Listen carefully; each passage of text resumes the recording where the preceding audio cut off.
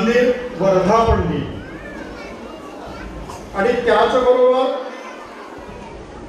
125वा मंदिराचा वर्धापन दिन महोत्सव आपण या ठिकाणी संपन्न करतो आहोत आणि त्या अनुषंगाने आपण या ठिकाणी एका पुस्तकाचंही प्रकाशन केलेलं आहे आणि बघता बघता आपल्या डोळ्यासमोर आता अनेक विद्यार्थ्यांना पुरस्काराची घोषणा सुद्धा या ठिकाणी खऱ्या अर्थानं श्री दत्त मंदिर संस्थान वाठोडा शुक्लेश्वर या माध्यमातून खऱ्या अर्थानं चालत असलेल्या त्यांच्या या तीनही ज्या संस्था आहेत, मातोश्री अनुसया संस्थान असेल, श्री दत्त मंदिर व गोपालकृष्ण मंदिर संस्थान आणि त्यानंतर धनंजय विजय सिंह वर्मा श्री गुरुवा चॅरिटेबल ट्रस्ट या ट्रस्टच्या वतीनं खऱ्या अर्थानं आजचा हा आयोजित या ठिकाणी कार्यक्रम संपन्न होतो आहे।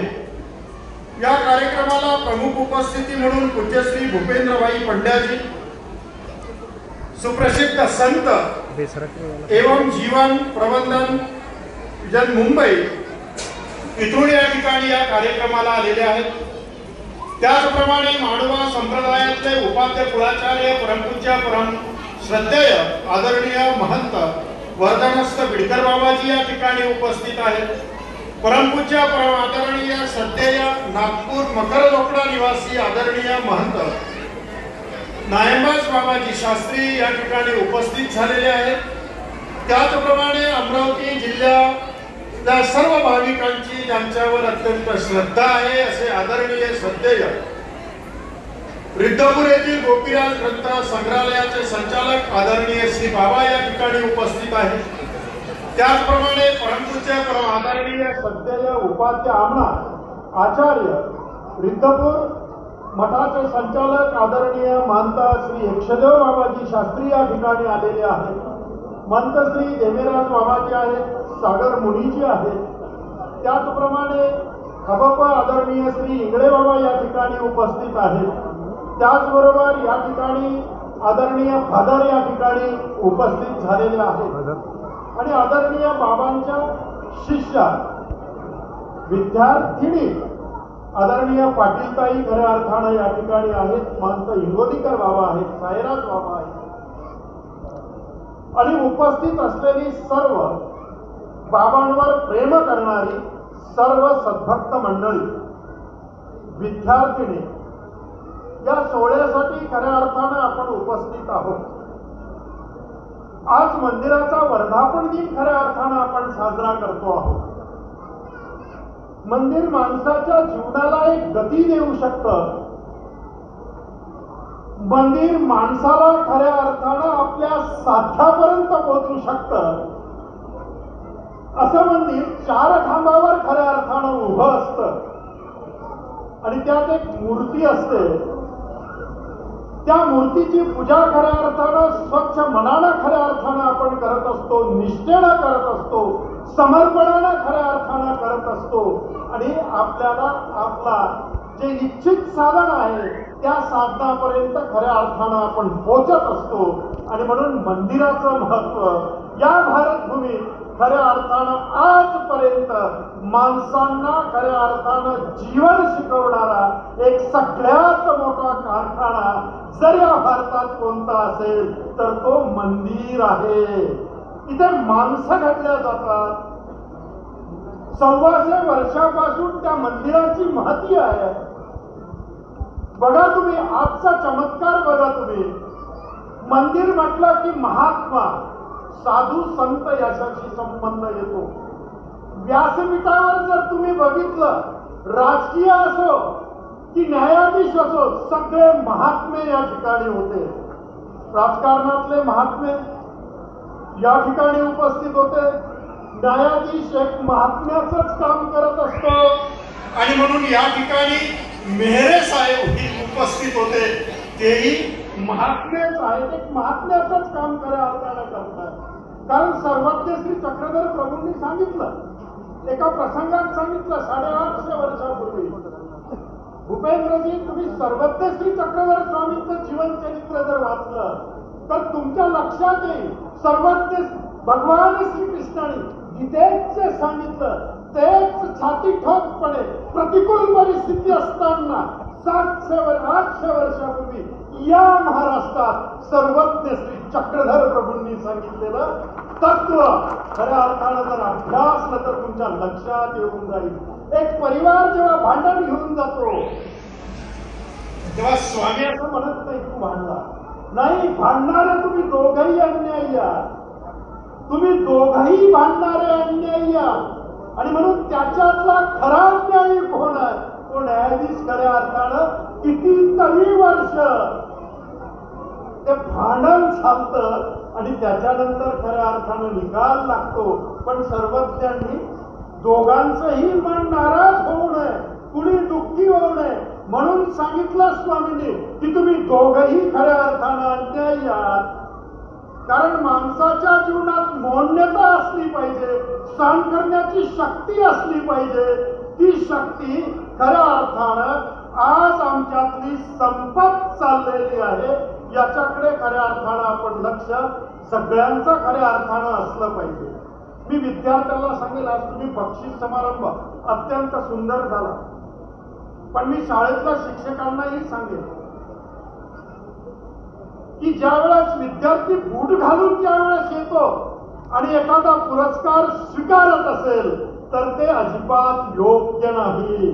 व्यासपीठावर चढले असताना त्यांनी पायातले बूट काढले पाहिजेत, कारण व्यासांचं नाव या पीठाला दिलेलं आहे. कुठला संत असेल तो व्यासपीठावर चढताना पायात चप्पल घालून कधीच चढणार नाही. आणि म्हणून विद्यार्थ्यांनी आपल्या जीवनातला इतका मोठा पुरस्कार आपल्याला भेटतो आहे की ज्याच्यामुळे खऱ्या अर्थानं आपलं जीवन घडणार आहे, त्याच्यामुळे खऱ्या अर्थानं जीवनाची दिशा आपल्याला मिळणार आहे. आणि म्हणून तो घेताना नम्रतेनं खऱ्या अर्थानं तो स्वीकारला पाहिजे आणि भारतीय संस्कृतीत स्वीकारला पाहिजे. हे अत्यंत महत्वाचं आहे. आपण बघतो देशाचे पंतप्रधान, छोटीशी कृती होती, अख्ख्या जगानं खऱ्या अर्थानं कौतुक केलं. ज्यावेळेस पहिल्यांदा ते लोकसभेत जात असताना त्या पायरीवर डोकं ठेवलं. त्या डोकं ठेवण्याचा अर्थ होतो की मी आज जाणार आहे, तिथे गेल्यानंतर चांगलेच निर्णय या देशाच्या जनतेसाठी माझ्याकडे झाले पाहिजे. इथे खऱ्या अर्थानं कायदे केल्या जातात आणि म्हणून त्या लोकसभेत जात असताना डोकं ठेवून जाणारे, भारतीय संस्कृतीला हृदयापार जपणारे खऱ्या अर्थानं या देशाचे पंतप्रधान आहेत. आणि म्हणून या गोष्टीकडे प्रामुख्यानं आपण खऱ्या अर्थानं लक्ष घेतलं पाहिजे. वर्धापन दिन साजरा करतो आहोत आम्ही. संत जन्मदिन साजरं करत नाहीत संत कधीच.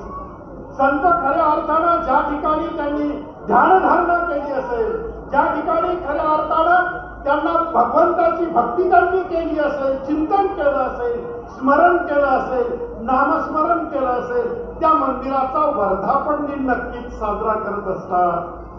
त्या माध्यमातून सगळ्या भाविकांना खऱ्या अर्थानं बोलावून ईश्वराचं चिंतन व्हावं, नामस्मरण व्हावं त्यांच्याकडून. आणि म्हणून त्या सगळ्यांना खऱ्या अर्थानं एकत्रित केलं जातं. आणि म्हणून त्या निमित्तानं आज वर्धापन दिनाच्या निमित्तानं खऱ्या अर्थानं इथे सगळ्यांनाच खऱ्या अर्थानं निमंत्रित केलेलं आहे. ज्या मंदिराचं संचलन आदरणीय प्राध्यापक धनंजय वर्मा, धनंजय अर्जुनाचं नाव, भगवान श्री कृष्णांनाही न ऐकणारा अर्जुन होता. इंगळे बाबा जर अर्जुनाने ऐकलं असतं तर भगवंतानी एका ठिकाणी बसून शांतपणे निरोपण केलं असतं. युद्धभूमीवर गीता निरोपण करण्याची गरज खऱ्या अर्थानं भासली नसती. पण अर्जुनही ऐकण्याच्या मनस्थितीत नाही. अर्जुनाचे असलेले सगळे जे काही नातेवाईक असतील तेही ऐकण्याच्या तयारीत नाही, दुर्योधनही नाही. अशा वेळेस भगवंतांना कुरुक्षेत्र निवडावं लागलं आणि अर्जुनाला खऱ्या अर्थानं त्या ठिकाणी निरोपण करावं लागलं. भगवंतानी हे निरोपण करत असताना सर्व धर्मान परित्यज्य मामेकम शरणम व्रज अहत्वा सर्व पापेभ्यो मोक्षई विश्यामी मा शुच. त्याला खऱ्या अर्थानं धर्म शिकवलेला आहे, तो देहधर्म शिकवलेला आहे.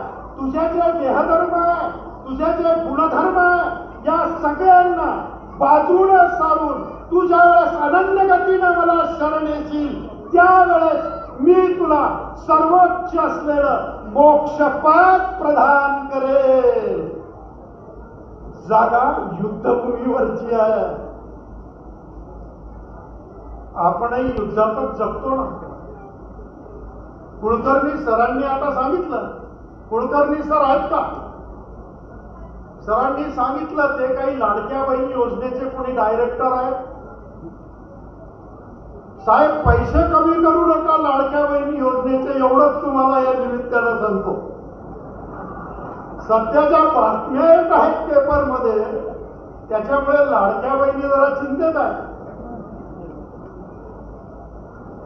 म्हणून आता आणायच्या मंत्रालयाच्या माध्यमातून तुम्ही अधिकारी आहेत, हा विचार तिथपर्यंत खऱ्या अर्थानं गेला पाहिजे, एवढं महत्वाचं आहे.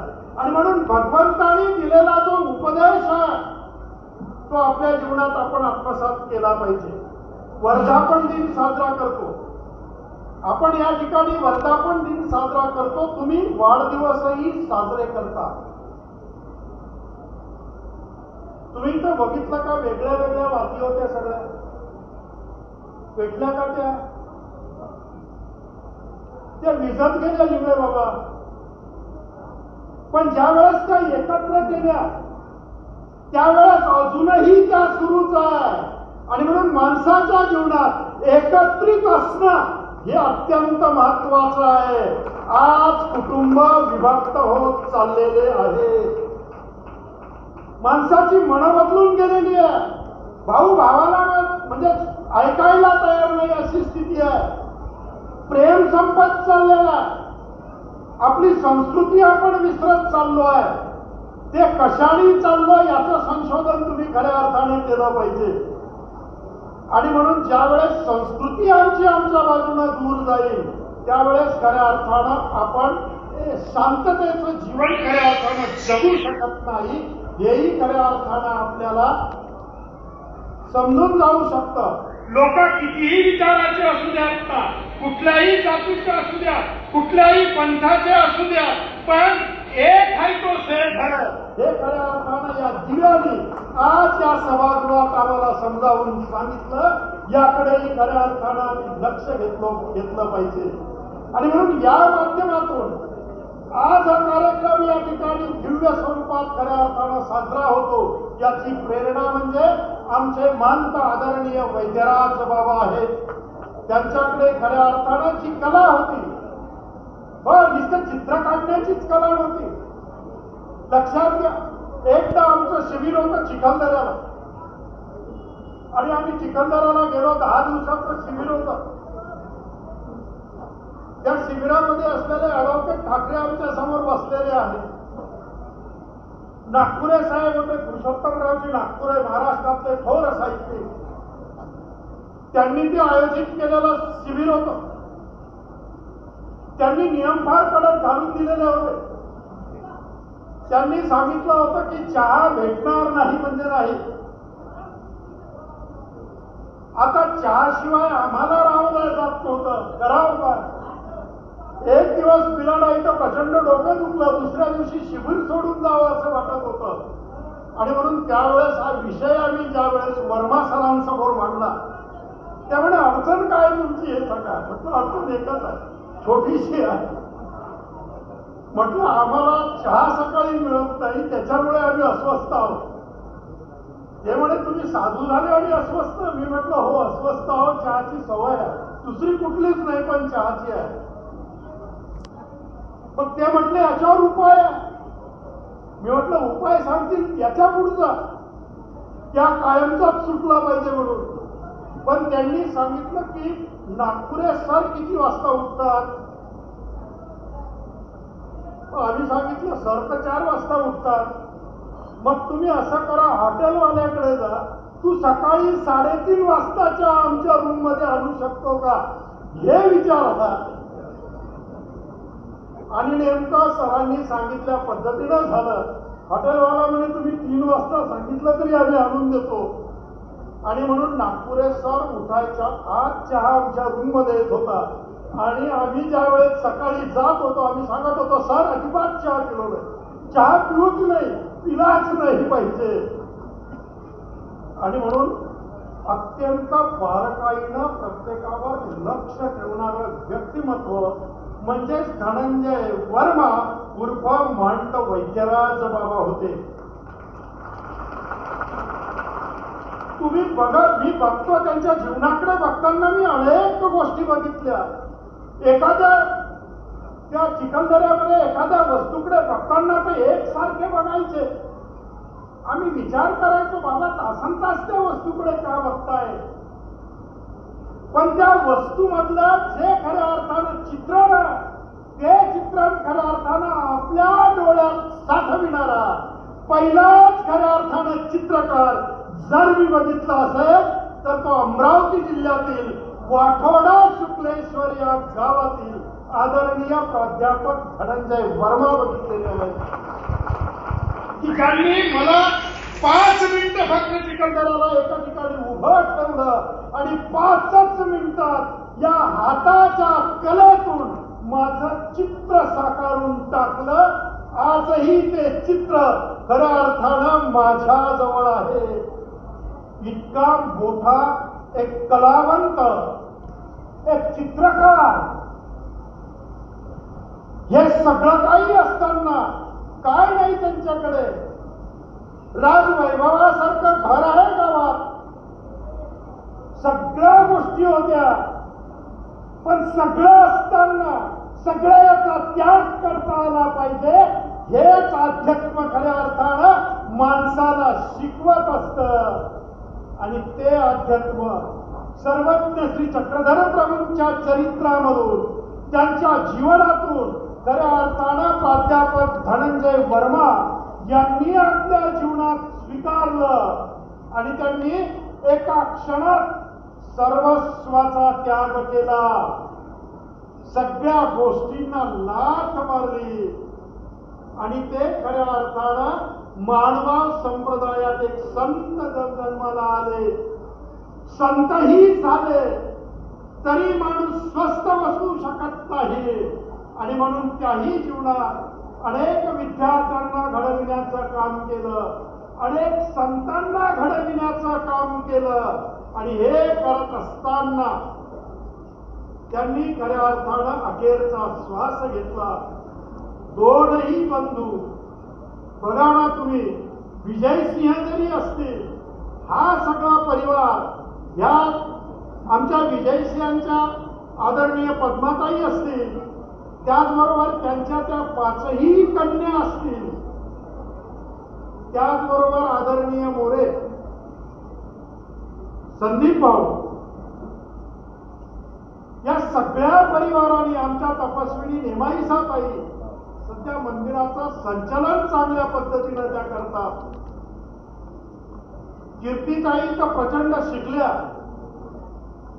वारसा खऱ्या अर्थानं कुलकर्णी परिवारांपेक्षा वर्मा परिवाराचा जास्त आहे.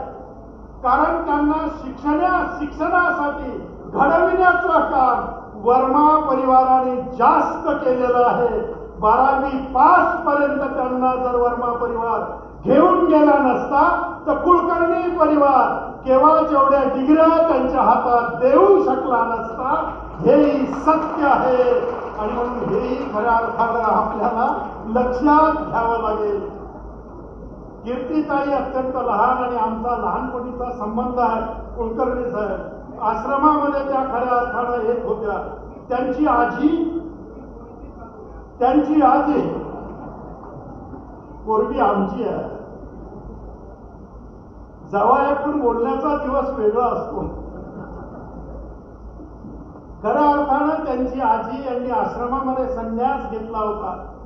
सगळं काही असताना वैराग्य जीवन जगलेल्या अन्नपूर्णा आजी आजही आम्हाला वाटतात. आजही खऱ्या अर्थानं त्यांचा चेहरा बघितल्यानंतर प्रसन्न असलेलं ते व्यक्तिमत्व. आणि या 5ही मुली ज्यावेळेस शिकत होत्या त्यावेळेस शनिवार आणि रविवार या मुलींचा अमरावतीच्या आश्रमामध्ये आजीकडे असायचा आणि खऱ्या अर्थानं तेही संस्कार लहानपणी संत जीवनाचे संस्कार खऱ्या अर्थानं याही परिवारावर चांगल्या पद्धतीनं खऱ्या अर्थानं पडलेले आहेत. आणि म्हणून आपण बघतो आहोत की अत्यंत नम्र असलेला परिवार.